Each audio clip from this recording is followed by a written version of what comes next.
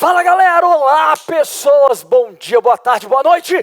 Não sei em qual momento você está assistindo esse vídeo, portanto, boa madrugada para você que é da madrugada. É o seguinte galera, diante de nós temos aqui a nossa revisão final de História do Brasil para você que está se preparando para a prova da ESA. Qual foi meu plano aqui para essa aula? Aparentemente uma aula longa, mas uma aula em que a gente possa abordar os principais temas daqueles que são os três períodos distintos da história do Brasil. O Brasil Colônia, o Brasil Império e o Brasil República. Então, meu objetivo aqui é passar por todos esses períodos, mas nós vamos fazer isso, galera, subindo num drone e vendo por cima os aspectos gerais. É óbvio, não dá para a gente usar essa revisão para os detalhes. Os detalhes foram ao longo da sua preparação. Aqui a gente foca no que é principal. Porque se você tiver uma visão geral, e se você conseguir encaixar esse conteúdo nos seus bloquinhos, em suas caixinhas, você consegue pelo menos eliminar alguns itens na hora de fazer a prova. Separei também 3 questões para nós. Uma questão que trata de um aspecto do Brasil Colônia, uma questão que trata de um aspecto do Brasil Império e uma questão que trata de um aspecto do Brasil República. Então, sem mais delongas, vamos aqui, galera, começar pelo começo. Vou colocar aqui na nossa lousa uma linha do tempo que será o nosso referencial. Nessa linha do tempo, galera, nós começamos com o Brasil pré-cabralino. Oi? Pré-cabralino, sim, gente, antes do Cabral, né? Pré-cabralino é antes do Pedro Álvares Cabral, que chegou aqui em 1500, então o seu Cabral, aqui em 1500, antes do Cabral, o período pré-cabralino. Galera, nesse período, que a gente está chamando de pré-cabralino, nós tínhamos vamos colocar informações principais, hein? Uma diversidade de povos ou nações que são indígenas. Então há uma diversidade de povos, não é apenas um povo. Portanto, se na sua prova houver qualquer coisa que trate desse tema, identifique a partir daí não a visão etnocêntrica europeia, aquela de que índio é tudo igual. Não. Havia uma diversidade de nações indígenas instaladas no Brasil que nós congregamos em 2 troncos. Nós geralmente vinculamos a 2 troncos dos quais saem vários ramos. Que troncos? Como se fosse uma árvore, né? Cadê o verdinho? Tá aqui, ó. Graminha aqui. Usa criatividade aí, galera. Então, uma árvore da qual saem vários galhos, vários ramos. Quais troncos são esses? São 2, galera. O tronco tupi e o tronco, botar de ladinho aqui mesmo, macro-G, tá bom? Então, o tronco tupi e o tronco macro-G são os 2, como atualmente localiza-se a diversidade desses povos. Eles são muito diversos, falando de milhares de línguas, ou pelo menos centenas de línguas, mas todas essas línguas indígenas, e muitas delas que se perderam ao longo da história, elas derivam de 2 línguas principais, tupi e macro-G. Então, é uma estratégia de como os pesquisadores identificam essas comunidades indígenas, essas comunidades que estavam pelo Brasil. Haviam comunidades no interior, haviam comunidades no litoral. No entanto, com a chegada dos europeus, essa galera foi se interiorizando cada vez mais. Nós podemos citar as culturas Marajoara e Santarém, na região amazônica, que dominavam, por exemplo, a arte da cerâmica. Nós podemos identificar a presença de povos indígenas há milhares de anos no litoral brasileiro, com a construção dos sambaquis, mas nós tínhamos povos guerreiros presentes com a chegada dos portugueses, por exemplo, os tupinambás. Então havia uma grande diversidade de povos que ocupavam essas terras. O Cabral chega no Brasil em 1500 e não dá início a um processo colonial. O Brasil já era, a partir de 1500, a partir do dia 22 de abril de 1500, o Brasil já era colônia portuguesa, mas não havia um sistema definido para a exploração dessa terra. Então, esse período vai ser chamado de pré-colonial até 1530. Por que até 1530? Porque entre 1500 e 1530, o que nós temos aqui no Brasil, nesse período chamado de pré-colonial, entre 1500 e 1530, gente, ficou parecendo um 6 aquele negócio ali, né? É um 5. Entre 1500 e 1530, o que nós temos são algumas expedições colonizadoras. O que essas expedições vêm fazer aqui nesta terra? Number 1, o reconhecimento da terra. Que terra é essa? Eles não sabem, gente. Estou chegando pela primeira vez em 1500, só preciso identificar a terra, traçar, fazer o mapa. Number 2, esses caras vêm explorar riquezas. Aquelas riquezas são encontradas no litoral. E por último, number 3, havendo uma exploração de riquezas, abre os olhos, porque tem piratas, corsários, invasores, dominadores que vão querer essas riquezas também. Então eles vêm expulsar contrabandistas, piratas, corsários.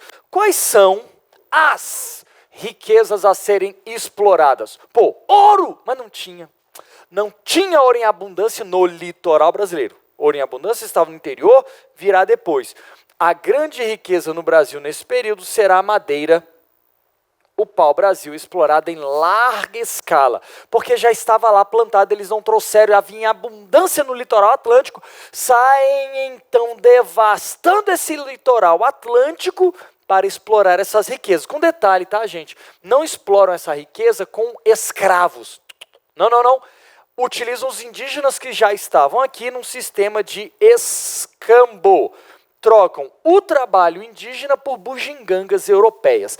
Então, nesse primeiro período, galera, nós destacamos, para usar uma mesma cor, vamos colocar aqui, a madeira.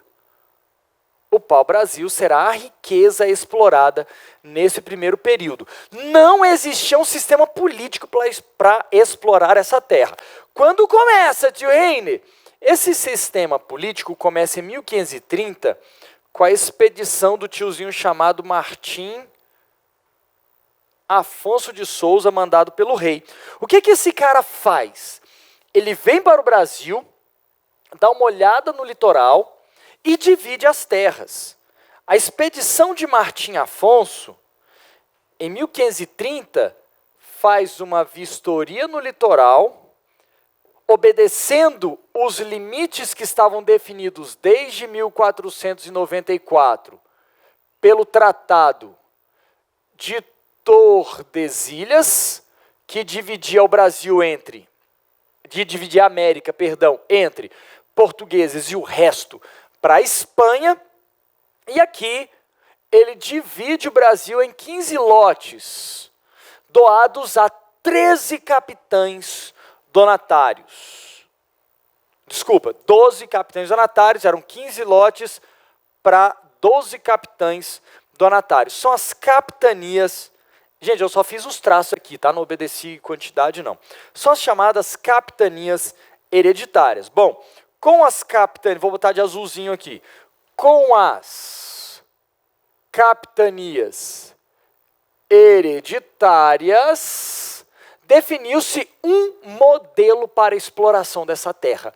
Definiu-se um padrão para a exploração, um sistema político para a exploração dessas terras. O Brasil doado a capitães donatários.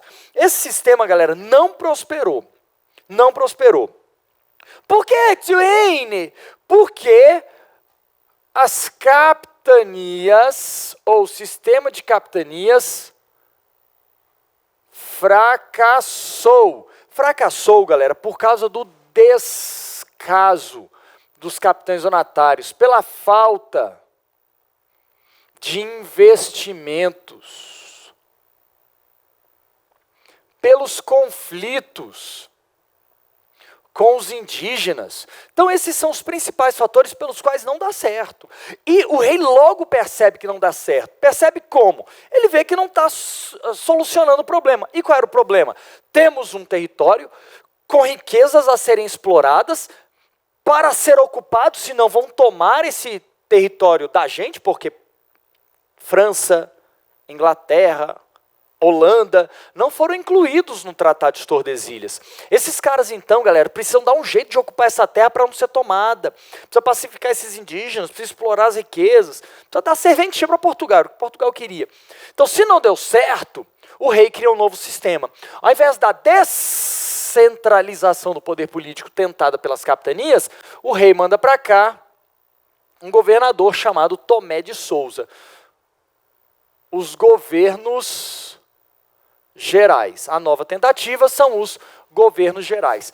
Esse sistema de capitanias não deu certo, e então nós temos os governos gerais. Então são aqui modelos políticos, estruturas políticas para a exploração dessa terra. Aliás, boa pergunta, João! A pergunta do João. Mas, Wayne, nenhuma capitania deu certo? Deu, irmão. Deu sim. Ao norte, a capitania de Pernambuco funcionou, que foi uma beleza. E ao sul dos territórios, que mais tarde vai se tornar a capitania de São Paulo e o estado de São Paulo, a capitania de São Vicente. Por que essas duas prosperaram? Eu vou botar de vermelho aqui. Duas prosperaram. Somente duas. Por que essas duas prosperaram? Ah, vamos botar a seta, né? Pernambuco e São Vicente. Por que essas duas prosperaram? Porque resolveram investir em cana-de-açúcar. Não é só que resolveram investir em cana-de-açúcar, é porque eles conseguiram a grana, conseguiram o dinheiro necessário para fazer esses investimentos. Dinheiro que os outros não conseguiram encontrar, dinheiro que esses outros não conseguiram arrecadar. São Vicente era de Martim Afonso, o rei emprestou a grana. Pernambuco era de Duarte Coelho, chegado de banqueiros da Holanda, e ele emprestou a grana, tá? Então, Duarte da Costa, perdão. Então, com esse esquema, esses caras, com essas ligações, esses caras conseguiram a grana necessária. Não foi fácil, galera. Agora, apesar de não ter sido fácil, esses caras, 15, só duas dão certo, apesar de não ter sido fácil, pois esses caras conseguiram vingar. Mas, no geral, não deu certo, então o rei manda o governador. O que significa a presença de governadores em nome do rei de Portugal no Brasil? Significa todo o aparato burocrático da administração portuguesa nessas terras. Todo o aparato burocrático da administração dessas terras estão aqui, tá bom? Então, Duarte Coelho consegue, Martim Afonso consegue, daqui a pouco se espalha. Mas na administração, agora nós temos governadores que vão tomar conta de todo esse território. E representantes da justiça, o ouvidor-mor, da defesa portuguesa, o capitão-mor, da arrecadação de impostos, o provedor-mor. Então, todas essas estruturas atendem à exigência do governo português. E, gente, as capitanias vão durar muito tempo, tá? Desculpa. Os governos gerais vão durar muito tempo. Vão se estender até a chegada do rei no Brasil em 1808. Tio René, e na grana? Primeiro, o modelo econômico. A economia açucareira. Segundo modelo econômico, a mineração. Então, a economia açucareira vai bombar nos séculos XVI e XVII. A economia mineradora, ou a mineração, vai bombar no século XVIII. Vamos ver como é que rolou esses esquemas aqui? Vamos lá. Vou botar aqui, ó. Galera, ó. O açúcar ficou no litoral, no sistema no modelo da produção local, do engenho, e no sistema de plantation. Twine, o que é o sistema de plantation? Aquele baseado no latifúndio, monocultor, que vai abastecer o mercado externo, que utiliza como mão de obra principal escravos. Então, esse é o plantation. Um latifúndio monocultor que vai abastecer o mercado externo e que utiliza escravos. Aconteceu em boa parte da América. No Brasil, o plantation estava baseado no latifúndio produtor de açúcar, esse açúcar abasteceu o mercado europeu, e esses escravos não eram indígenas, esses escravos eram africanos. Isso porque, galera, os portugueses escravizam os indígenas, trocando o escambo pela escravização, mas pouco a pouco esses caras vão trazendo africanos escravizados para ocupar essa mão de obra, ok? Bom, depois do açúcar, galera, no século... foi nesse período aqui, só para um gap, né? Eu falei que não dá para falar de todos os detalhes, mas foi no período açucareiro da história do Brasil que nós temos a chegada dos holandeses, a chamada União Ibérica, dá ao rei da Espanha o controle sobre o Brasil. Os holandeses, que tinham treta com os espanhóis, invadem o Nordeste brasileiro, tentam primeiro a capital Salvador, não conseguem, regressam mais ao norte, tomam Pernambuco, fundam Recife, desenvolvem a vila que tinha ali, construindo um porto, criam a Companhia das Índias Ocidentais, investem pesado no Brasil em associação com os senhores de engenho, que eram inclusive portugueses. Mas viam naquele momento vantagens em se associar com os holandeses. Depois esses holandeses vão ser expulsos do Brasil, de 1645 a 54, ainda tem resquícios de conflitos. Esses holandeses vão ser expulsos do Brasil na chamada insurreição pernambucana, a principal batalha é a Batalha dos Guararapes, são pelo menos 2 batalhas dos Guararapes. Esses caras são mandados embora, vão para a América Central. Investiram muito no açúcar, o açúcar brasileiro bombou, mas com a concorrência dos holandeses nas Antilhas, depois que eles foram expulsos, essa economia açucareira vai à ruína. É esse momento que dá espaço à mineração no Brasil do século XVIII. A ação desbravadora dos bandeirantes levam as rotas no interior do Brasil. Eles iam caçar indígenas, eles iam procurar ouro, eles iam caçar escravizados que tivessem fugido, mas esses bandeirantes descobrem ouro, nos levam ao ouro. Esse ouro, galera, é uma grande riqueza, né? Esse ouro é marcado pela fiscalização portuguesa, pela criação da intendência das minas, pela criação das casas de fundição, o quinto cobrado. Mas isso também, galera, nos leva a um Brasil de desenvolvimento urbano e cultural, com uma economia interna, diferente daquela economia do plantation, aquela economia açucareira. Porque a galera que explora o ouro precisa consumir, então precisa de tecidos, precisa de alimentos, e a galera precisa fazer essa economia circular. Tem gente que vive na cidade em uma venda, um boteco, uma mercearia, um fornecedor de tecidos, obras religiosas, a igreja, o serviço religioso. Então tudo isso é um comércio de escravos.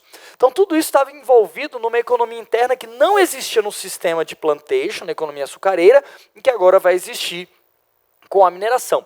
Apesar disso, galera, apesar do desenvolvimento da mineração, não era sustentável, gente, porque uma coisa é ouro, você planta, uma coisa é açúcar, você planta, colhe, planta, colhe, planta, colhe.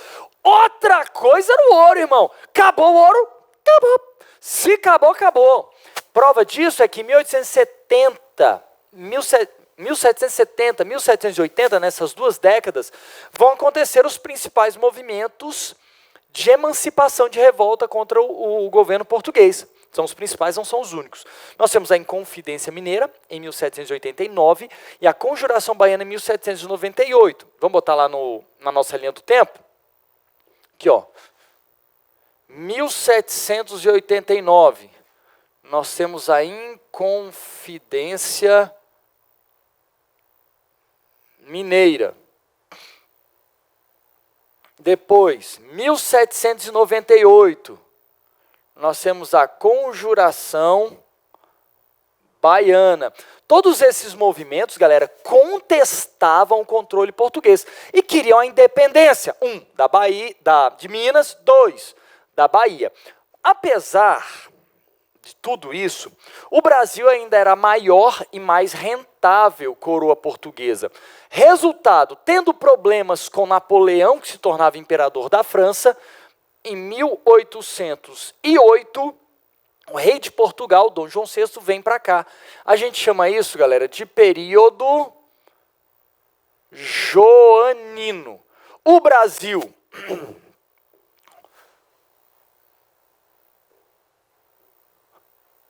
O Brasil ainda era colônia portuguesa, ok? O Brasil ainda era colônia portuguesa, não tinha se tornado independente, mas agora o rei de Portugal vive aqui, o Rio de Janeiro se transforma na sede do Império Português. Em 1808, Dom João VI promove a abertura dos portos brasileiros às nações... Vamos botar ali, gente? Vamos colocar lá? Cadê? Acho que ainda tem uma... Eu ia falar folha, irmão. Acho que ainda tem uma folha em branco. Não é uma folha, né? Mas ainda tem uma coisa aqui em branco antes do exercício. Então, vou botar aqui de roxinho como está lá. O período joanino, porque o nome do rei é Dom João VI, tá? Então, Dom João VI, rei de Portugal, se instala no Brasil. Vamos lá. Vamos lá. O que esse cara promove? A abertura dos portos, que antes estavam fechados, que o Brasil só podia comercializar com Portugal, mas agora, em 1808, o Brasil pode comercializar com todo mundo que não está em guerra com Portugal, as chamadas nações amigas. Além da abertura dos portos, os tratados comerciais de 1810, tratados de amizade, comércio e navegação, que dão vantagens à Inglaterra. O Brasil começa a negociar direto com a Inglaterra, ou os portugueses estão instalados no Brasil, né? A corte portuguesa está instalada no Brasil. Mas qual é o destaque que nós precisamos dar aqui? É que, para além dessas questões econômicas diretas, abertura dos portos, tratados de comércio que beneficiam a Inglaterra e tal, nós vamos ter a criação do Banco do Brasil, Faculdade de Direito e Medicina, o Jardim Botânico como um centro de pesquisa, não é jardim, que fofo. Não, gente, um centro de pesquisa. Outro centro de pesquisa, a Biblioteca Régia, a Biblioteca Real. Então, tudo isso, galera, garante um desenvolvimento. A missão artística francesa vem para o Brasil, cria uma espécie de Instituto de Belas Artes no Brasil. Então, tudo isso leva a um desenvolvimento do Brasil, fora o desenvolvimento econômico, o que torna inevitável que o Brasil se torne independente. Em 1821, nós temos o retorno de Dom João VI para Portugal, e nós temos, vou botar de roxinho como destaque, podia ser vermelho, né? Destaque, mas vou botar de roxinho aqui, porque eu quero, o Pedro, seu filho, Pedro de Alcântara, no Brasil. O moleque fica no Brasil e acaba fazendo a independência dessas terras, tá bom? Então, em 1822, nós temos a independência. Vou botar de pretinho aqui, já que eu botei de pretinho lá no início. Em 18... Oxe, vai não, é? Vai, moço. Em 1822, nós temos a independência. Então, a independência é 1822. Então, aqui, galera, na tela, pá, tá na tela, olha pra tela. Oxi, tá doidão, meu filho? Não. Olha na tela, vai, pá. Acho que eu gritei demais, ele se assustou ali. Na tela, galera, temos aí o Brasil Colônia. As principais datas, principais eventos, principais acontecimentos. 7 de setembro de 1822, o Brasil se torna independente, ok? Vamos então para nossa questão aqui. Vamos lá. ESA 2018. Durante os séculos 16 e 17, no Brasil ocorreram diversas rebeliões, sobre rebeliões, que refletiam a divergência de interesse entre colônia e metrópole.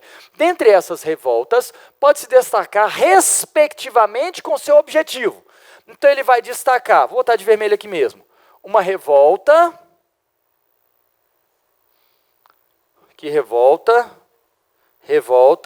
revolta aqui, uma revolta e seu objetivo. A gente diz se é verdadeiro ou se é falso, tá bom? Então vamos lá.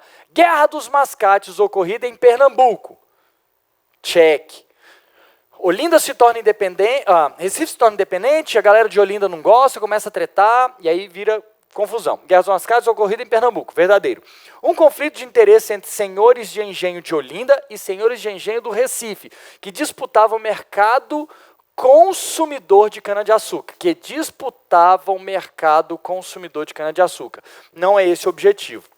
O problema é que Recife não vai mais pagar impostos para a Câmara Municipal de Olinda. Aí a galera de Olinda se revolta com a independência de Recife, com a criação da Câmara Municipal de Recife. É essa a razão, eles não estão disputando mercado consumidor de cana-de-açúcar, embora fossem dois grandes produtores. Letra B, Conjuração Baiana, ou também chamada de Revolta dos Alfaiates. Movimento da elite baiana, movimento popular na Bahia, que, embora identificado com os ideais da Revolução Francesa, verdadeiro, isso é verdadeiro, não trazia em seu programa de revolução o fim da escravidão. Errado, queriam, por isso, seu caráter popular. Letra C, Conjuração Carioca, organizada por escravos libertos que buscavam melhores condições de trabalho nas casas da aristocracia fluminense. Se você souber algo sobre isso, você avisa nós aí, que não tem nada a ver uma coisa com a outra. Nem sabemos o que é uma conjuração carioca. Letra D, Inconfidência Mineira, que objetivava a abolição da escravidão. Não, porque a Inconfidência Mineira era elitista. Muitos eram donos de escravos e não queriam o fim da escravidão, pois desejavam ampliação do mercado interno com a mudança das relações de trabalho na região. Não. Então, tem que ser a letra E, porque foi o que sobrou, né? Revolta de Beckman. Os irmãos Beckman, dois irmãos, revoltados contra a Companhia de Comércio do Maranhão, que monopolizava o comércio com a anuência, autorização do governo português, e eles vão se revoltar contra a criação dessa companhia monopolista. Revolta de Beckman, ocorrida no Maranhão, que devido à insatisfação com a Companhia de Comércio do Estado do Maranhão, propunha a abolição do monopólio dessa companhia. Os caras que produziam açúcar só podiam vender para essa companhia, e aí eles compravam pelo preço que queriam, né, a companhia, e só podiam comprar as coisas que eles precisavam, inclusive escravos, dessa companhia. Aí a companhia estabelecia o preço que ela queria. Então eles se revoltam contra esse monopólio, ok? Então letra E, que toca em um tema do Brasil Colônia, as revoltas do período colonial. Mas, Wayne, como é que a gente tem uma diferença da Guerra dos Mascates, Revolta de Beckman, da Conjuração Baiana e Inconfidência Mineira? Conjuração Baiana e Inconfidência Mineira, galera, são revoltas emancipacionistas que queriam a independência, um de Minas e outro da Bahia. Já a Guerra dos Mascates, Revolta de Beckman, são revoltas, a Revolta de Filipe dos Santos, ou Revolta de Vila Rica, também pode ser incluída aqui, são revoltas que queriam mudanças na estrutura colonial. Então são rebeliões nativistas. A Guerra dos Emboabas também entra aí, né? São rebeliões nativistas, não são emancipacionistas, não queriam independência de nada, queriam melhoras ou transformações na vida colonial. É isso. Gente, bora botar mais uma linha do tempo aqui? Bora, porque a gente falou do Brasil colônia, mas a gente também tem que falar do Império, né? Para falar do Império, a gente começa aqui em 1822, porque em 22 rolou a Oxi, não sabe escrever mais não, moço. A independência do Brasil. E aqui nós vamos então falar do Império. Nós dividimos, galera, o Império Brasileiro em três momentos. O primeiro reinado, Senhor Jesus. É porque tem muita coisa para falar, né, gente? Então fica empolgado aqui. Que vai até 1831. O período regencial, que vai até 1840. E depois nós temos o segundo reinado. E é assim mesmo, gente. Maiorzinho mesmo. O primeiro reinado... o segundo reinado, aí eu vou botar a linha final, ele vai até o 15 de novembro de 1889. O que acontece, Dwayne, né? 15 de novembro de 1889, a proclamação da República. Aí acaba o Império. Tá na tela! Bota lá, Jesuíno. Tá na tela. Tá aí, ó, na tela.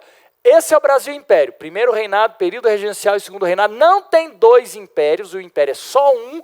Ele está dividido, um rei aqui e outro rei ali. No meio do caminho não tem rei.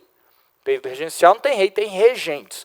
Então vamos lá, galera. No período regencial nós temos Dom Pedro I, no primeiro reinado, e seu filho, Dom Pedro II, no segundo reinado. De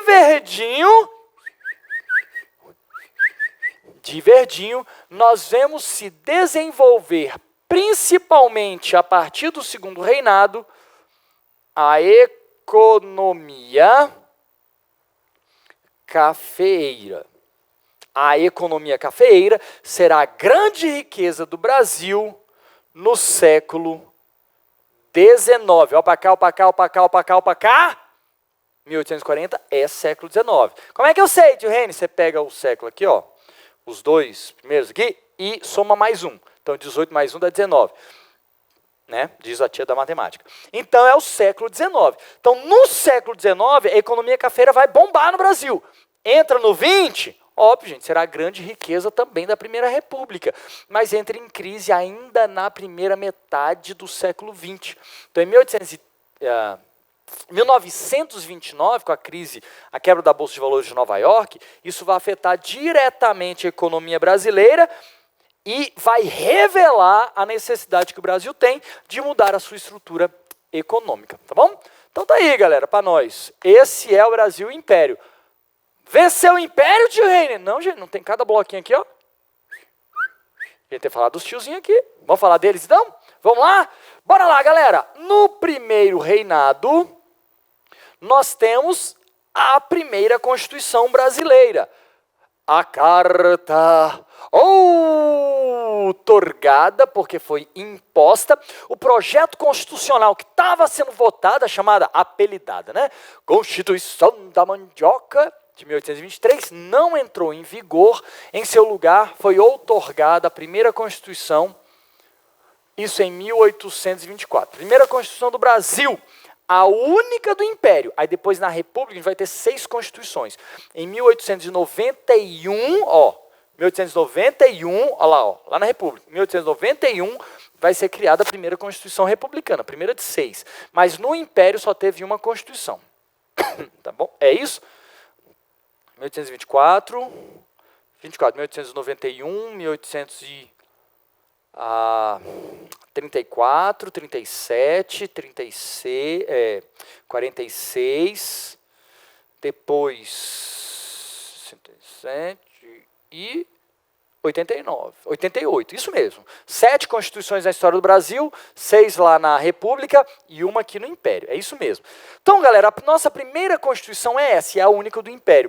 Essa Constituição previa, por exemplo, o voto censitário, o voto por renda, só vai votar quem tem que comprovar riquezas, e o quarto poder, que era o poder moderador. o poder que estava acima dos demais. Era um poder que moderava os outros poderes. O executivo, o legislativo e o judiciário estavam submetidos a um poder que decidia as coisas no final. Esse poder era exclusivo do imperador, estava garantido por lei, estava na Constituição, e durante o período regencial ele não pode ser exercido, porque não tinha imperador. Na ausência do imperador, não se usa o poder moderador, mas tanto Dom Pedro I quanto Dom Pedro II vai usar o poder moderador. Quais as razões da queda? Porque o primeiro reinado, galera, que vai, a gente já tem a data ali, né? Não vou repetir, de 1822 a 1831, dura pouco, dura só 9 anos. E por quê? Dura pouco, galera, porque Dom Pedro I foi autoritário, autoritarismo. Ele usa o poder moderador para se impor, até seus apoiadores se voltam contra ele. Além do autoritarismo, nós temos uma crise econômica. Nós temos a guerra da Cisplatina, onde o Brasil perde territórios. Nós temos o seu Nossa, ficou horrível isso aqui. Nós temos o seu envolvimento na sucessão portuguesa, o que gera desconfiança. E, por fim, o desfecho final. A galera se volta contra ele e começa a se atracar, favoráveis e contrários ao seu governo, na chamada Noite das Garrafadas. Não tem para onde fugir, né, gente? Dia 7 de abril de 1831, ele abdica do trono. Então, o que nós temos como resultado final é a abdicação. Vamos botar lá na linha do tempo, né, que aí fica marcado lá. Em abril de 1831, nós temos a abdicação do trono. Dom Pedro I abre mão do trono brasileiro e vai para Portugal, onde ele derruba do trono seu irmão e se torna Dom Pedro IV de Portugal. Ele deixa para sucedê-lo no Brasil seu filho Pedro de Alcântara, o mesmo nome dele, era na verdade mais curto, né, os menos sobrenomes, mas Pedro de Alcântara, e Pedro de Alcântara, futuro Dom Pedro II, tinha apenas 5 anos de idade, então não podia assumir. A Constituição dizia que na ausência de um governante maior de 21 anos, a maioridade à época era os 21, então, caso o sucessor do trono seja menor de 21 anos, em seu lugar assumirão 3 regentes. É isso que nos leva, galera, ao período regencial. Tá naquela data lá, né, gente? De 31 a 40, tá aqui, período regencial. Nós teremos essa ordem, tá, galera? Vou só colocar a ordem aqui.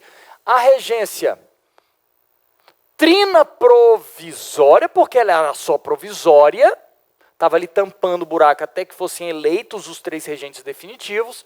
Serão eleitos, teremos a regência trina permanente. Já teve questão de prova, galera, falando sobre isso aqui. Qual foi a ordem dos regentes? Depois temos a regência una de Diogo de Feijó, um padre que assume a regência. E teremos depois, não deu certo, a regência una de Araújo Lima. A regência una de Araújo Lima. Então é essa a ordem. O que aconteceu no meio do caminho? Aqui, no meio do caminho, em 1800, veja a data aqui, galera, ó, no meio do caminho, em 1834, nós teremos o ato adicional. Esse ato adicional antecipa a maioridade do imperador, que vai poder assumir com 18 anos, embora na Vera ele assuma com 14 anos, né, 15 anos incompletos. Então, o ato adicional toma essa decisão, mas esse ato adicional também define a regência una ao invés da regência trina, porque não estava funcionando. Aqui, galera, nós temos 2 grupos políticos rivalizando o poder. Diogo de Feijó representava os interesses dos liberais, que eram chamados durante o período regencial de progressistas. E nós temos do lado de Araújo Lima, que vai apoiar o seu governo, era o grupo político que ele representava, os conservadores, que eram chamados de regressistas.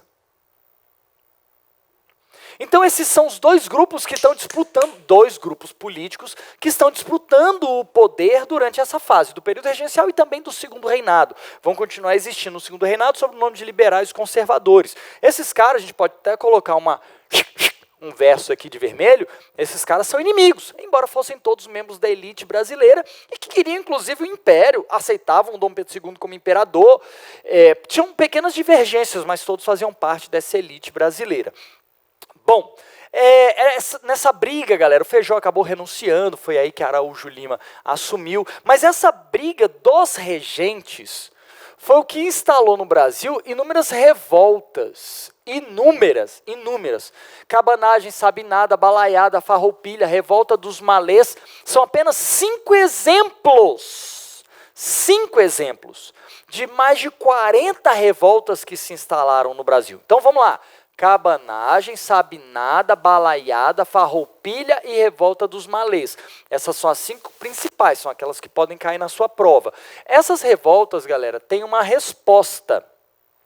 A resposta é a criação da Guarda Nacional. A Guarda Nacional será responsável por conter essas rebeliões. Não é o Exército Brasileiro, mas é uma força de combate que vai pulando. Tem uma revolta aqui, vai lá e massacra. Vai, próxima revolta, vai para outro, como eu disse, foram mais de 40. Então vão lá atacando revoltas e revoltas que vão se instalando pelo Brasil e eles vão migrando, mudando, se deslocando pelo Brasil para sufocar essas revoltas. Quando é que nós alcançamos a estabilidade? Já que é tudo muito instável, inseguro aqui. Essa estabilidade, galera, será alcançada no segundo reinado, o governo de Dom Pedro II. Vamos voltar para a linha do tempo?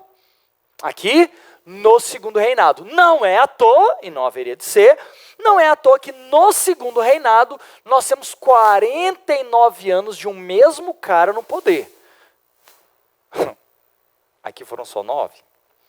49 anos, de fato, ele alcançou essa estabilidade. Prova dessa estabilidade, galera, o uso que Dom Pedro II faz do poder moderador. Ele cria, no Brasil, porque ele pode, porque ele é o poder moderador, o parlamentarismo, isso ele faz em 1847, o parlamentarismo às avessas, que é o parlamentarismo com jeitinho brasileiro, porque a Constituição previa que existia o poder moderador. Enquanto no parlamentarismo clássico, que é o parlamentarismo britânico, o rei reina, mas ele não governa. Ele tem a coroa, mas ele não tem o poder político é do primeiro-ministro, escolhido pelo parlamento, que foi eleito pelo povo.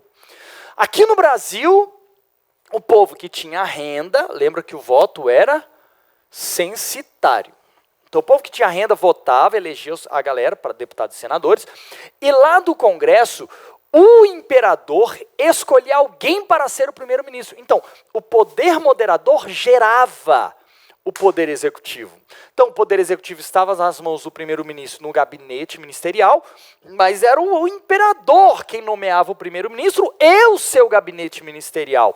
Então, esse parlamentarismo é um parlamentarismo com jeitinho brasileiro, um parlamentarismo às avessas, tem um poder maior, que era o moderador, que gerava o poder executivo. Mas isso traz a estabilidade. Por quê, tio Reine? Olha o cara achando que era o celular dele estava com problema, por causa da chiação aí. Tio Reine, por que o poder moderador acaba dando a estabilidade? Porque através do parlamentarismo às avessas, o imperador Dom Pedro II consegue acabar com esses conflitos de liberais e conservadores. Todo mundo quer agradar o imperador para se manter no poder. Então esses caras vão bajular o imperador. Alcançamos estabilidade. Aqui, galera, a grande economia será a economia do café. A economia cafeira vai se desenvolver no Brasil tomando o oeste paulista, e embora nós ainda tivéssemos a mão de obra escrava, ela vai acabar antes do Império, aqui nós temos a chegada de muitos imigrantes, principalmente italianos, que vêm para o Brasil trabalhar nesse interior de São Paulo, nesse oeste paulista. O oeste paulista é o sul de Minas, é o norte do Paraná, que vai sendo tomado pela produção cafeeira.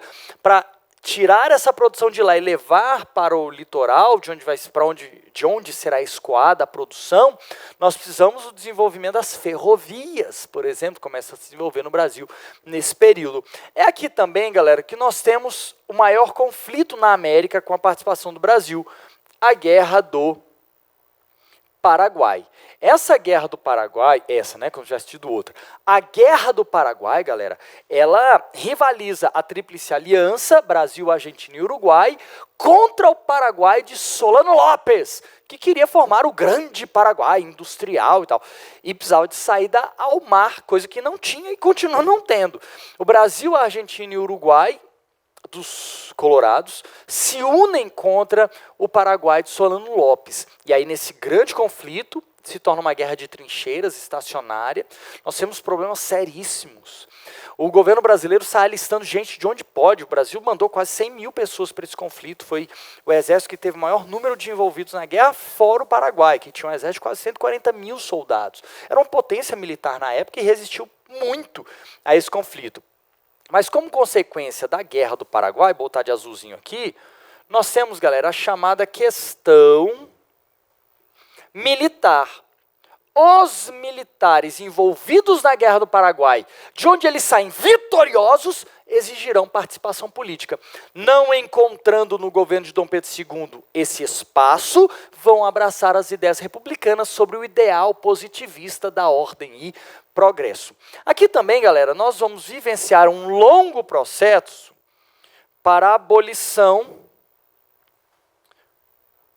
da escravatura, com a criação da Lei Eusébio de Queiroz, a Lei do Ventre Livre, a Lei dos Sexagenários e, por fim, a Lei Áurea, assinada pela Princesa Isabel em 1888. Opa!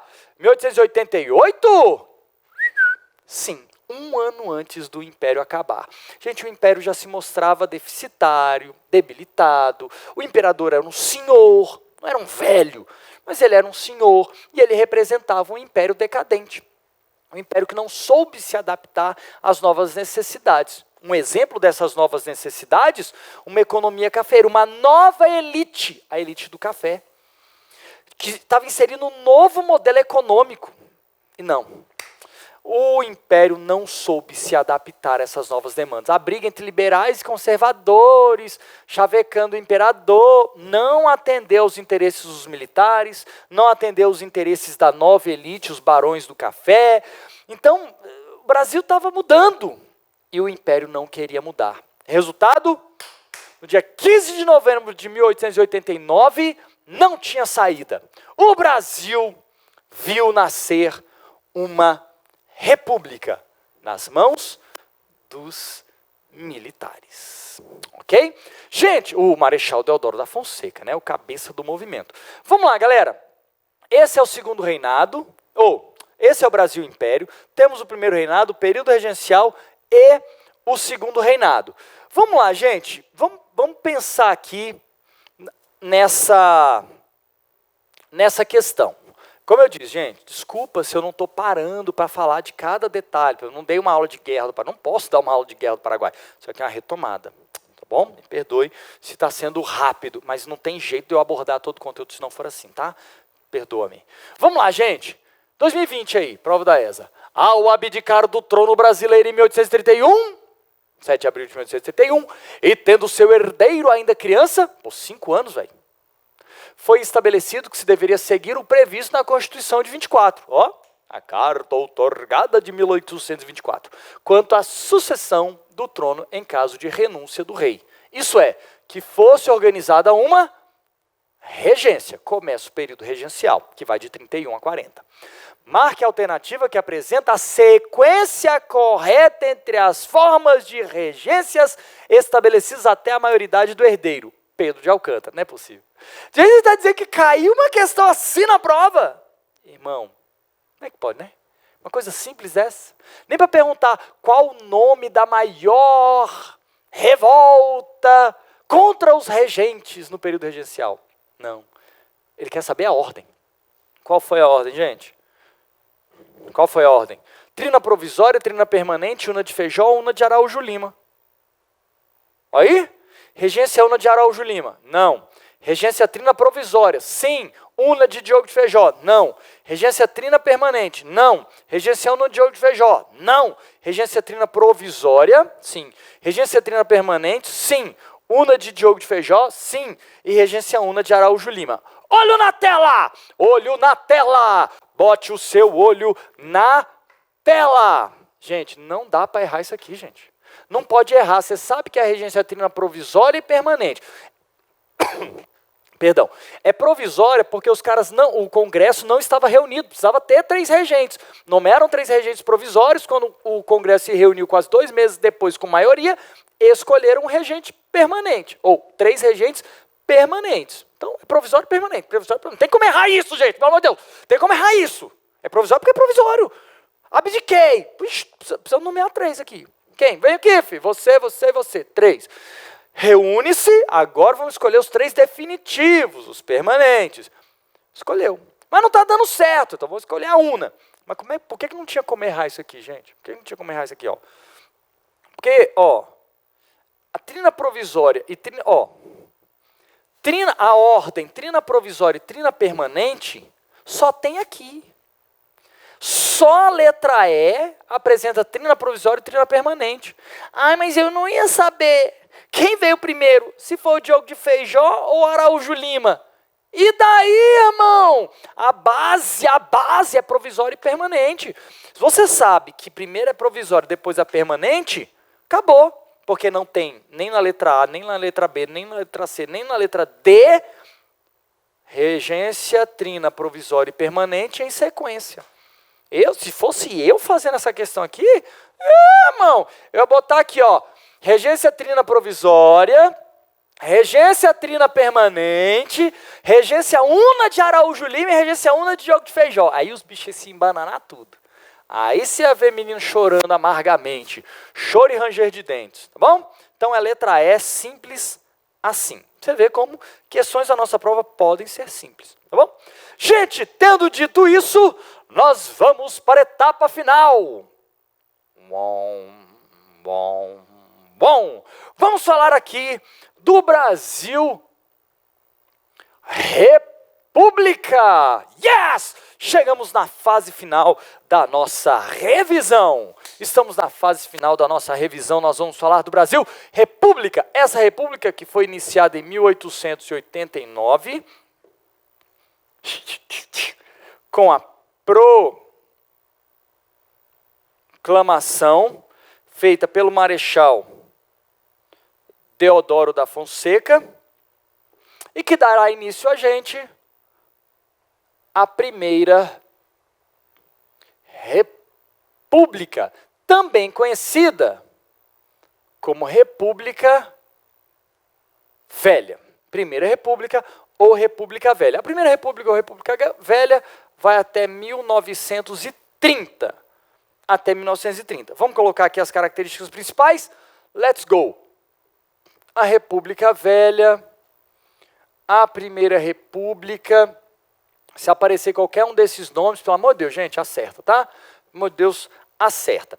Ela começa, galera, nas mãos dos militares, chamada sua primeira fase de República da Espada. Aqui nós temos o Deodoro, e depois o Deodoro, Marechal também, Floriano Peixoto. É aqui nesse momento, galera, que nós temos, em 1891, a primeira Constituição da República, a primeira de 6 constituições republicanas.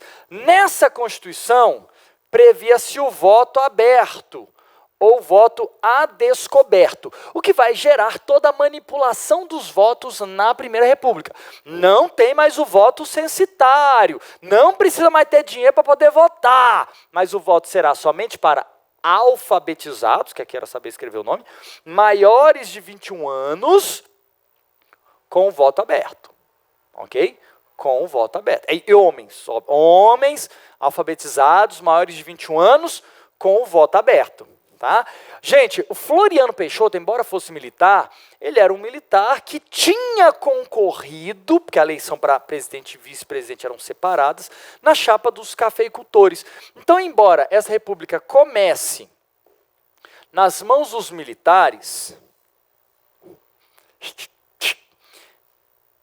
ela vai passar em 1894 às mãos dos cafeicultores, que a gente vai chamar de república oligárquica.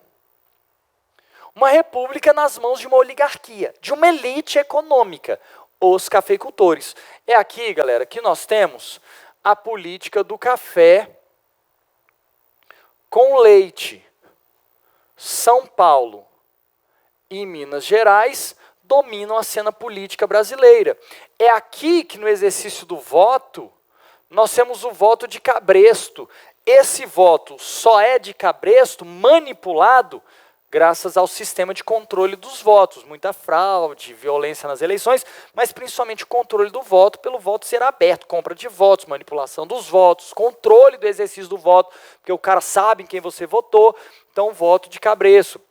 A política dos governadores, em que o presidente é apoiado pelos governadores, se não for, ele derruba os governadores com a chamada degola. Então há todo um sistema político que garante o poder dessa elite, o poder dessa oligarquia. Aqui nós também temos revoltas contra o poder oligárquico. Nós temos a revolta de Canudos, nós temos a revolta do Contestado, aqui nós temos revoltas populares, como a revolta da vacina, a revolta da chibata.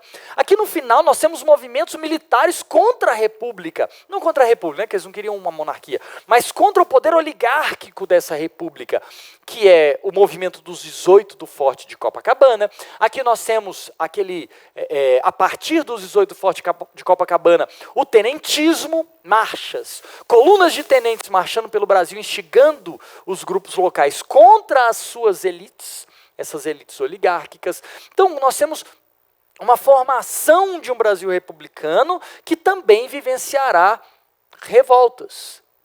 Mas aqui, galera, nós temos a crise econômica de 1929.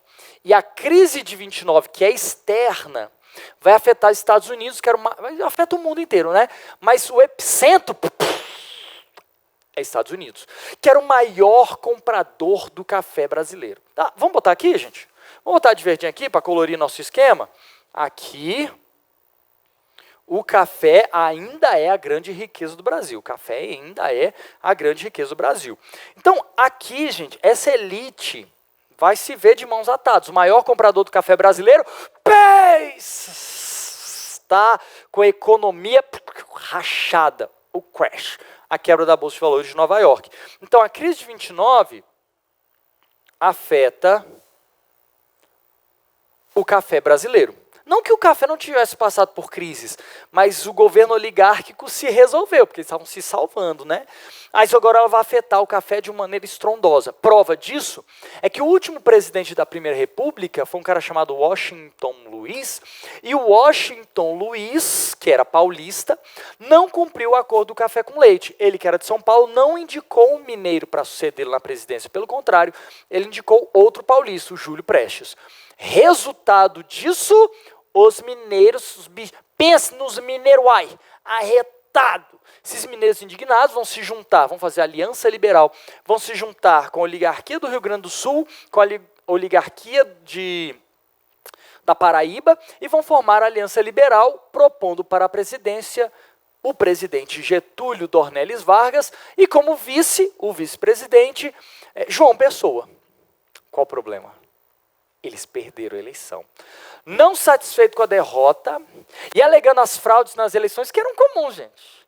Getúlio Vargas, em 1930, dá o golpe de 30, ou a Revolução de 30. Getúlio Vargas, com apoio dos tenentes que já mostravam indignação com essa oligarquia, toma o poder. Então, em 1930, Getúlio Dornelles Vargas toma a força, o poder mesmo não tendo sido eleito. É o que dará para nós, galera. Vou botar grande aqui, a Era Vargas. A Era Vargas. Esse longo período chamado de Era Vargas, galera, são 15 anos seguidos de Vargas, ele se divide assim, ó, o governo provisório até 34, o governo constitucional até 37 e o Estado Novo. Vou botar uma cor mais forte aqui para separar. Aqui. E o Estado Novo. Aqui é 1930, que vai até 1945. Eu tô te perguntando. Assustou, filho, tá devendo, né? Deixa eu te perguntar aqui, irmão, deixa eu te perguntar aqui. O que acontece no mundo em 1945? Hã? O que acontece no mundo em 1945? Fala pra mim aí, o que acontece no mundo em 1945? É o final da Segunda Guerra Mundial. De 1939 a 45 vai rolar a Segunda Guerra Mundial, inclusive com a participação do Brasil. Então, o fim da Segunda Guerra Mundial leva ao fim da Era Vargas. Jane, mas o que rolou aqui? Bora ver, bora estudar? A Era Vargas vai de 30 a 45. Durante o seu governo provisório, Vargas dissolveu, foi um golpe, né, gente? Foi uma tomada revolucionária do poder. Ele dissolveu as assembleias, tanto a Assembleia Nacional, que seria a mesma assembleia que hoje tem em Brasília, né, o Congresso Nacional, e as assembleias dos estados. Ele dissolveu as assembleias estaduais e a Assembleia Nacional e os governadores. Tirou todos os governadores do poder. No lugar dos governadores, ele nomeou interventores. Nomeou interventores. No lugar dos governadores, ele botou interventores. E aí começou a governar por decretos de lei. Porque aí ele dissolveu a Constituição também. Então foi governando por decretos de lei. E não tinha quem elaborasse novas leis. E aí ele convoca muitas pressões e tal. Ele começa a criar suas primeiras leis trabalhistas. Então começa a ser ovacionado pelas massas de trabalhadores. E aí Vargas se vê pressionado. Em 32 os paulistas tentam derrubá-lo do poder. Os paulistas são derrotados. E aí, por fim, Vargas se vê pressionado a convocar eleições. Convoca eleições de 33. Cria um novo... Vamos botar aqui, gente? Vamos botar aqui?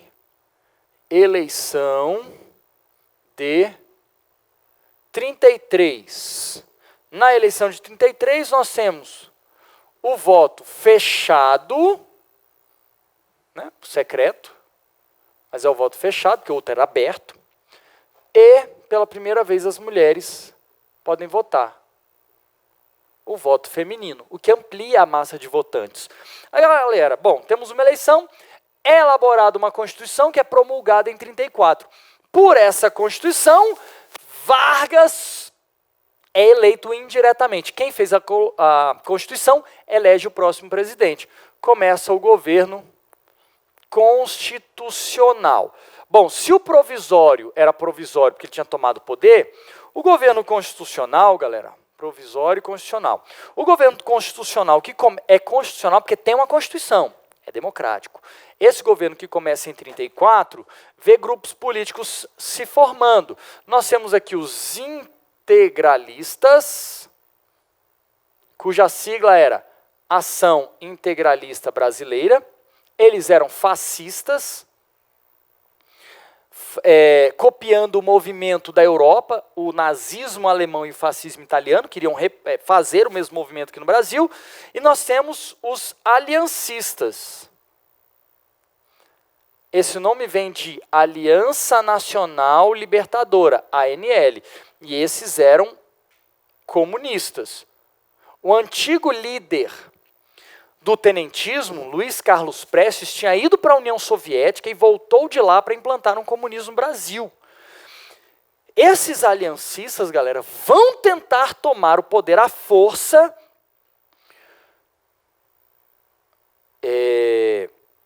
vão organizar... Bom, não tinham só esses dois grupos políticos, tá? Bom, não tinham só os dois. Mas esses dois grupos políticos se destacam, porque estão copiando movimentos na Europa, E são radicais com propostas nacionalistas. Aqui, os aliancistas vão promover a intentona comunista, a tentativa deles de tomarem o poder em 1935. Não deu certo, mas Vargas se aproveitou disso para criar o perigo vermelho. Os comunistas estão aí, os comunistas vão chegar, o comunismo. Então isso criou um clima de instabilidade que favoreceu e permitiu a tomada de poder de Vargas. Sim, Vargas vai tomar o poder dele mesmo. Vargas abandona o governo constitucional e cria sua ditadura. O seu totalitarismo. O Estado Novo em 37. Até 45. Ele tira a Constituição através da qual ele tinha sido eleito, a Constituição de 34. Ele impõe uma nova Constituição, a Constituição de 37, que é uma Constituição autoritária. Mas no Estado Novo, galera, Vargas dá clareza do seu nacionalismo e do intervencionismo na economia, das propagandas ufanistas dele do Estado brasileiro, através do Departamento de Imprensa e Propaganda. Ele dá ampla vazão às leis trabalhistas em 1943, ao criar a CLT. Ele junta todas as leis trabalhistas que ele foi criando ao longo dos anos, mais o salário mínimo, a criação da carteira de trabalho, na CLT, a consolidação das leis trabalhistas. É aqui, gente, aqui que nós teremos o Brasil na Segunda Guerra Mundial. O Brasil não ia participar da guerra, mas uma série de fatores, entre elas a necessidade de empréstimos para construir a usina siderúrgica de Volta Redonda, a usina siderúrgica nacional em Volta Redonda, a Companhia Siderúrgica Nacional, aliás, CSN. Um naufrágio de navios mercantes brasileiros por poços submarinos alemães, a necessidade da aproximação com os Estados Unidos, de onde viriam os dólares. Então, o Brasil entra na Segunda Guerra Mundial, mas com um problema. O Brasil, do Estado Novo, era autoritário, muito mais parecido com a Alemanha e a Itália fascistas do que com os Estados Unidos democrático ou com a União Soviética comunista. Assim, o Brasil entra numa contradição. Não sei se você sabe, mas o eixo, como era chamado o grupo da Alemanha e da Itália e do Japão, perdeu. O eixo perdeu a guerra. E o Brasil estava com os aliados que venceram a guerra. Uai. Então o Brasil pode comemorar. Yes! Nós vencemos a guerra contra o fascismo! Mas nós somos fascistas, filho. E agora? Nosso governo é autoritário, é totalitário. E agora? Pela contradição política, Vargas, e outra série de fatores, gente, pelo amor de Deus, e outra série de fatores, Vargas é obrigado a convocar eleições em 1945. Então Vargas convoca eleições, nós temos em 45 eleições, nessas eleições é formado um novo Congresso, esse novo Congresso vai elaborar uma nova Constituição, que é a Constituição de 46, e nessas eleições será eleito um novo presidente. Será eleito Eurico Gaspar Dutra. É o que dará para nós um novo período chamado de populismo. Esse populismo, galera, aqui, ele vai até 1964. Até 64. Rapidamente aqui, tá, galera? Eu quero fazer a listinha para vocês. Aqui, gente, no populismo, espera aí que bugou aqui a caneta. Bugou! Bora! Quer trabalhar mais não, filha? O populismo... Aí, foi. Durante o populismo, galera, nós vamos ter 5 presidentes. 5. Temos o Dutra. Depois do Dutra, temos o retorno de Vargas, que vai cometer suicídio, 54. Depois do Vargas, nós temos Juscelino Kubitschek de Oliveira, o Mineirinho, o JK. Depois do JK, nós temos o Jânio Quadros, e depois do Jânio Quadros, o seu vice, o Jango, João Goulart. Tá aí, 1, 2, 3, 4, 5. 5 presidentes. No caso do Dutra, nós temos o alinhamento com os Estados Unidos da América, coisa que era inaceitável para Vargas e o seu nacionalismo. Então, um alinhamento no mundo que vivia a Guerra Fria com os Estados Unidos, fora a Constituição de 46. Em Vargas, nós temos a retomada do nacionalismo, que vai chocar com a política de alinhamento. Nós temos uma forte oposição da burguesia nacional, associada a setores que não aceitavam essa retomada do nacionalismo. Então, uma forte oposição dessa burguesia nacional e o suicídio. O suicídio da noite de 23 para 24 de agosto de 1954. Bom, o JK é representado, galera, pelo seu desenvolvimentismo. Vamos desenvolver o Brasil do jeito que for. O seu famoso mote. 50 anos em 5. Essa rápida industrialização só é possível pela abertura do Brasil para as multinacionais. Fora, é óbvio, a transferência da capital para Brasília, o que é extremamente simbólico e significativo. Jânio Quadros, galera, rompe com a política de alinhamento. Olha só, o cara que era o conservador, ele rompe com a política de alinhamento, rompe com o Fundo Monetário Internacional, porque as dívidas que JK deixou eram gritantes, alarmantes e estavam falindo o Estado brasileiro. Jânio Quadros, então, é marcado por sua... Vamos botar um radicalismo? Eu vou botar aqui radicalismo. Pelo seu radicalismo, foi marca do Jânio Quadros, por isso muito controverso, e a sua renúncia. A teoria mais aceita, galera, é que ele teria ameaçado renunciar para ver se pediam para ele voltar com mais poderes. Ele renunciou e a renúncia foi aceita. Cria-se, então, um parlamentarismo no Brasil. Tancredo Neves será primeiro, ele que tinha sido ministro da Justiça de Getúlio Vargas, se tornará o primeiro ministro do Brasil. Bom, mas com a renúncia, João Goulart, que era o vice, assume como o presidente, mas dentro de uma lógica parlamentarista, até que é feito um plebiscito em 63, e pelo plebiscito em 63, volta-se ao presidencialismo. O problema, João Goulart promove, ou tenta promover, ou propõe promover, as chamadas reformas de base. Ele que era herdeiro do trabalhismo de Vargas, tinha sido ministro do trabalho de Vargas, ele que era herdeiro do nacionalismo varguista, intervencionismo na economia, começa a viver em si aquela mesma oposição. Então, aquela mesma oposição que se juntou contra Vargas 10 anos antes, em 54, volta-se contra o Jango, agora em 64.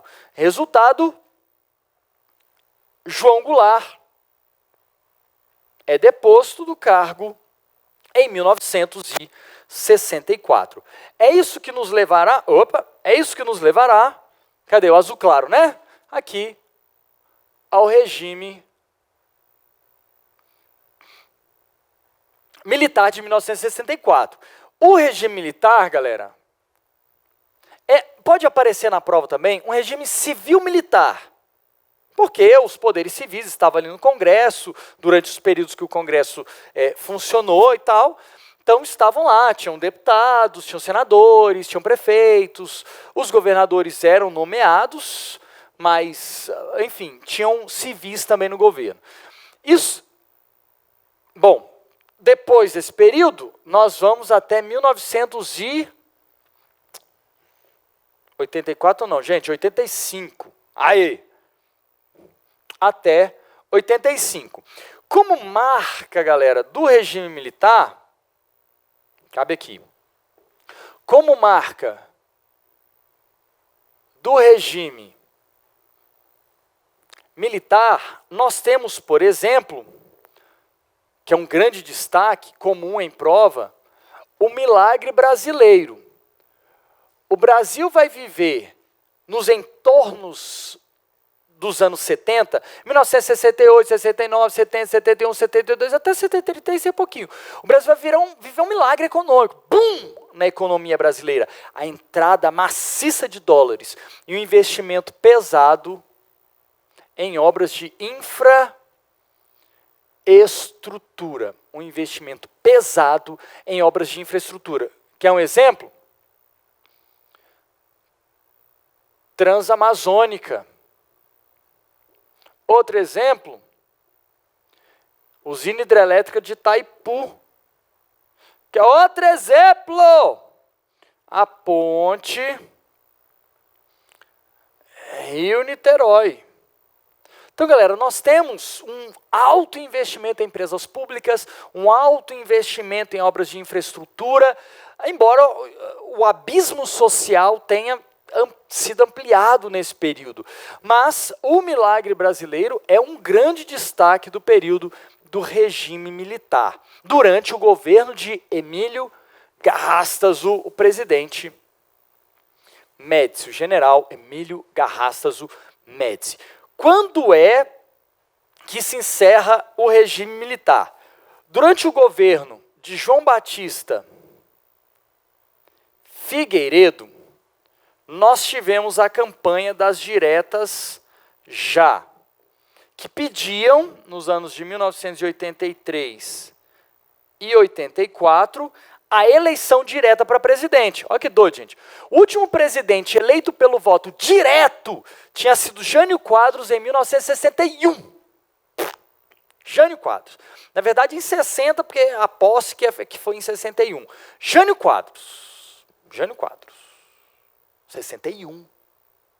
Estamos em 1984, 85, a galera pedindo para votar para presidente. A emenda Dante de Oliveira, que propunha a eleição direta para presidente, foi reprovada. A eleição seria novamente indireta. Mas aí 2 civis participaram. O Paulo Maluf e o Tancredo Neves, que tinha sido o primeiro-ministro do parlamentarismo, que tinha sido ministro da Justiça do Vargas, conhecidíssimo na política nacional. Aqui. Bom, então será eleito, está de verdinho aqui,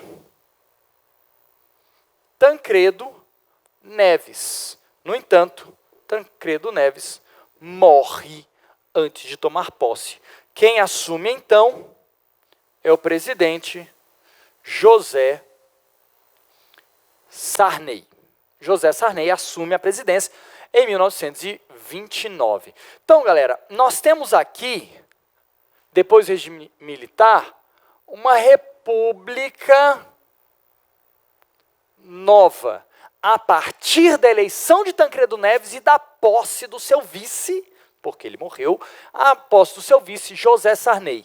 Nesse período, galera, para a gente colocar de verdinho aqui, nós temos na substituição do café uma industrialização do Brasil. Ô, animal. Paga. Aí. Uma industrialização do Brasil. Aqui o café, a partir de Vargas, uma industrialização. Industrialização continuada com o desenvolvimentismo do JK e reafirmada no regime militar, no milagre econômico da década de 70. Mas aqui, galera, nós teremos uma grave crise financeira. Então, nós teremos crises econômicas sucessivas que nos levam à criação, em 1994, do Plano Real. O plano de estabilização estabilização monetária do Brasil. O Brasil já vivia no populismo uma alta inflação. Ela foi um pouco contida durante o regime militar, mas no final, nos anos de 82, 83, 84, aliás, antes ainda, no governo de do general Ernesto Geisel, nós tínhamos um problema sério. Prova disso, aqui em 78, 79, nós tivemos grandes greves trabalhistas no ABC paulista. Então esses movimentos grevistas mostravam uma inflação que corroía os salários. E a inflação entrou na década de 80 com um modelo que nós chamamos de galopante. Por que galopante? Porque a inflação ultrapassou os 100% ao mês. Irmão, a inflação chegou a 1000% ao ano. Uma coisa surreal. Surreal, que é inimaginável para a gente. Inimaginável para quem nasceu na década de 80 e viveu a década de 90, década dos anos 2000, os millennials. Então, galera, isso é impensável na nossa realidade. Mas para quem viveu a década de 70 e 80, não é o meu caso. Mas para quem viveu esse período, irmão, era uma inflação galopante, porque ela saía em disparada. O governo do Sarney propôs o planos econômicos, Cruzado primeiro, Cruzado segundo, Plano Bresser, Plano Verão, mas não conseguiram salvar. O Collor, quando assumiu a presidência em 90, tentou criar um plano maluco, o Plano Brasil Novo, apelidado de Plano Collor, que confiscava as poupanças para que o governo tivesse dinheiro para fazer investimentos. Isso culminou no seu impeachment em 92, Itamar Franco assumiu. Durante o governo de Itamar Franco, foi criado o Plano Real. O presidente era Itamar Franco, o ministro da Fazenda era Fernando Henrique Cardoso, e aí com o Plano Real, nós temos a estabilização econômica. Resultado, Fernando Collor de Mello, ministro da Fazenda, acaba sendo eleito presidente em 1994. Ok? Vamos lá, gente. Temos uma questãozinha aqui para a gente encerrar. Vamos lá. Questão de 2013 da ESA. Em 1945, chega ao fim o Estado Novo, implantado pelo presidente Getúlio Vargas. Entre as causas, tivemos causas do fim do Estado Novo, tá? As causas do fim do Estado Novo. Letra A, Revolução de 45 realizada pelos sindicatos e apoiado pelo Partido Trabalhista Brasileiro, o PTB daquela época.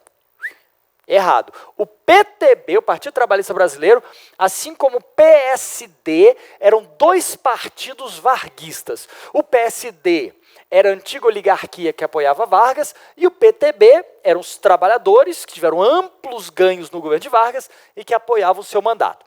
Letra B, atuação do movimento estudantil liderado pela UNE, a União Nacional dos Estudantes, que assumiu o poder apoiando o Partido da União Democrática Nacional. Não! O UDN era a União Democrática Nacional, o UDN, era o principal partido antivarguista e não conseguiram vencer Vargas. Participou da eleição, tentou ganhar a eleição com Eduardo Gomes, mas fracassou. Letra C. Pressões norte-americanas obrigando Getúlio Vargas a extinguir o Estado Novo. Não, gente, os norte-americanos, pelo contrário, estavam de graça com Vargas, porque Vargas ingressou na guerra ao lado dos Estados Unidos. Letra D. Adesão de Getúlio Vargas ao fascismo. Getúlio Vargas apoiou os Estados Unidos na luta contra o fascismo. E letra E. Nome de Jesus, tem que estar certo, porque só sobrou ela. Participação do Brasil na Segunda Guerra Mundial, ao lado das democracias, Estados Unidos, criando uma situação interna contraditória. A contradição do final do Estado Novo, pois o país vivia, até aquele momento, uma ditadura. Não, Johnny, não era ditadura. Animal, eu falei, o Estado Novo é a ditadura varguista, é o totalitarismo de Vargas, o que fazia ele ser muito mais parecido com a Alemanha e com a Itália do que com os Estados Unidos, França, Inglaterra, aliados, do lado dos quais o Brasil lutou na Segunda Guerra Mundial e saiu vitorioso, tá bom? Então, letra E está corretíssima. Gente, tendo dito isso, acabou.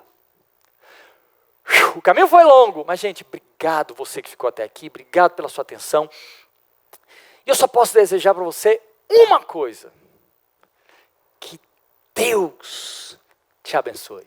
Boa prova, galera! Beijos, beijos, beijos e fui! Tchau!